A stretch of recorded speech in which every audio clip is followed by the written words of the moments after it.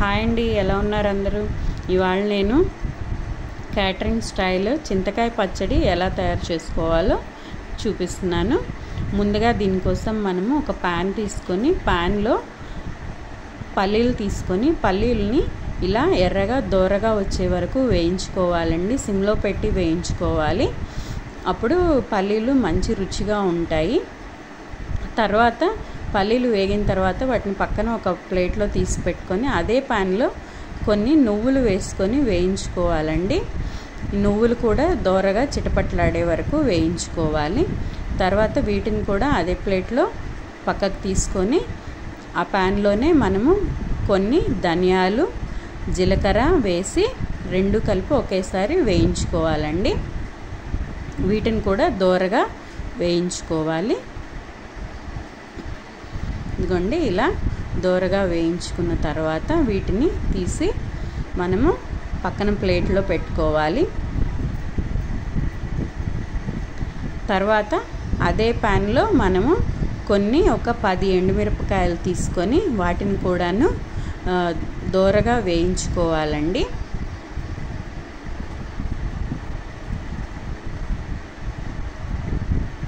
నల్లగా మాడిపోయే వరకు కాకుండా కొంచెం లైట్గా ఫ్రై అయ్యేదాకా వేయించుకోవాలండి.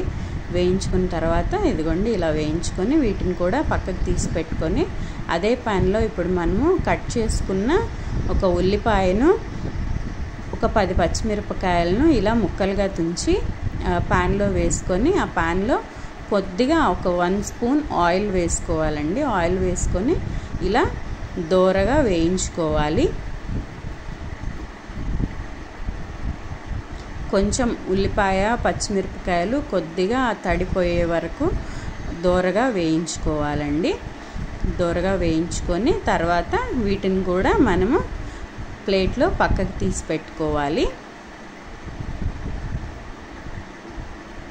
ఇదిగోండి ఇలా కొంచెం తడిపోయే వరకు వేయించుకోవాలి. వేయించుకొని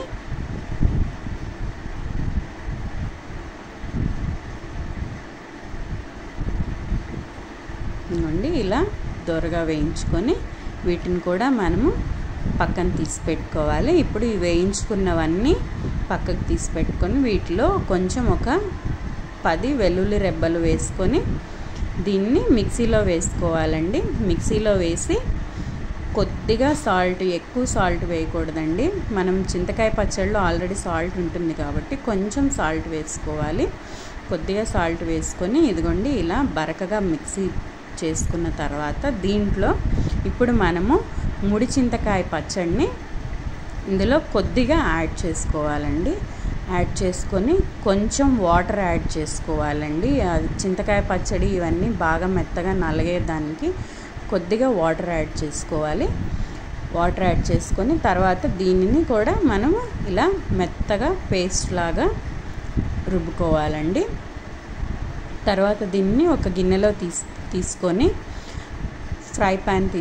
ఫ్రై ప్యాన్లో మనము కొంచెం ఒక 1 స్పూన్ ఆయిల్ వేసుకొని ఆయిల్లో తాలింపు వేసుకోవాలండి. తాలింపు దినుసులు, ఎండుమిరపకాయలు వేసుకొని దాంట్లోనే ఒక వెల్లుల్లి రెబ్బ, కొంచెం కరివేపాకు వేసుకొని కొద్దిగా ఇంగువ వేసుకొని తాలింపు వేడి చేసుకోవాలండి.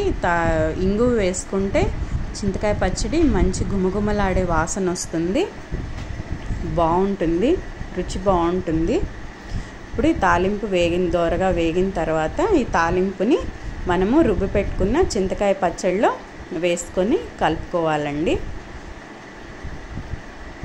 ఇదిగోండి ఇలా వేసుకొని దాన్ని బాగా తాలింపు పచ్చడిలో కలిసే వరకు కలుపుకొని తీసుకోవాలండి. ఇలా చేసుకుంటే ఇది మనకి పెళ్ళిళ్ళల్లో, క్యాటరింగ్ భోజనాలలో ఈ చింతకాయ పచ్చడి పెడతారండి. చాలా బాగుంటుంది టేస్ట్. ఇది వేడివేడి అన్నంలో కానీ తింటే చాలా బాగుంటుంది. ఈ వీడియో కనుక మీకు నచ్చినట్లయితే లైక్ చేయండి, షేర్ చేయండి, సబ్స్క్రైబ్ చేసుకోండి. Thanks for watching.